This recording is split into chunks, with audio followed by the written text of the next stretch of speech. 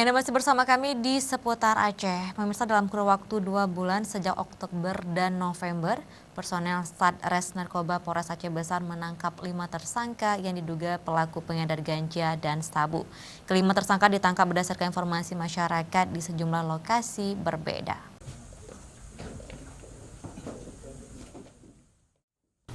Satuan Narkoba Polres Aceh Besar menggelar press release terkait penangkapan tersangka narkoba dan illegal logging di Mapores tempat Senin siang. Dalam konferensi pers yang dihadiri oleh sejumlah media cetak dan elektronik ini, turut menggelar perkara dengan menghadirkan kelima tersangka beserta barang bukti. Kapolres Aceh Besar AKBP Ai Satria Yuda didampingi Kasat Reskrim Ibtu Yoga Panji Prastia dan Kasat Res Narkoba AKP Raja Aminuddin Harhab mengatakan penangkapan pertama dilakukan terhadap tersangka AH usia 26 tahun dan KD 45 tahun, warga Lam Teba dan Lambada, Aceh Besar. Dari kedua tersangka yang berprofesi sebagai petani ini, diamankan 8 kg ganja kering. Penangkapan kedua dilakukan terhadap tersangka Y, usia 23 tahun, warga Lam Tamot.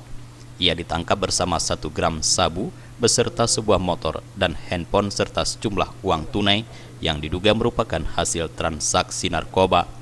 Kepada polisi, tersangka mengaku transaksi ini baru pertama kalinya dilakukan. Penangkapan ketiga yakni AZ 45 tahun dan YS 27 tahun warga Indrapuri. Dalam penangkapan ini disita 1 paket sabu seberat 1,30 gram dan diakui sudah 2 kali transaksi. Tersangka yang sudah kami tangkap ini untuk memenuhi unsur sudah cukup sesuai dengan pasal 184 KUHP, karena sudah pertama adalah barang bukti yang ada, kemudian beberapa hal lainnya seperti alat penghubung, kemudian keterangan-keterangan baik itu kepada saksi-saksi yang sudah kita lakukan pemeriksaan, tinggal menunggu hasil dari laboratorium forensik yang ada di Medan. Hingga kini petugas masih melakukan pengembangan lebih lanjut terkait kasus penyalahgunaan narkoba.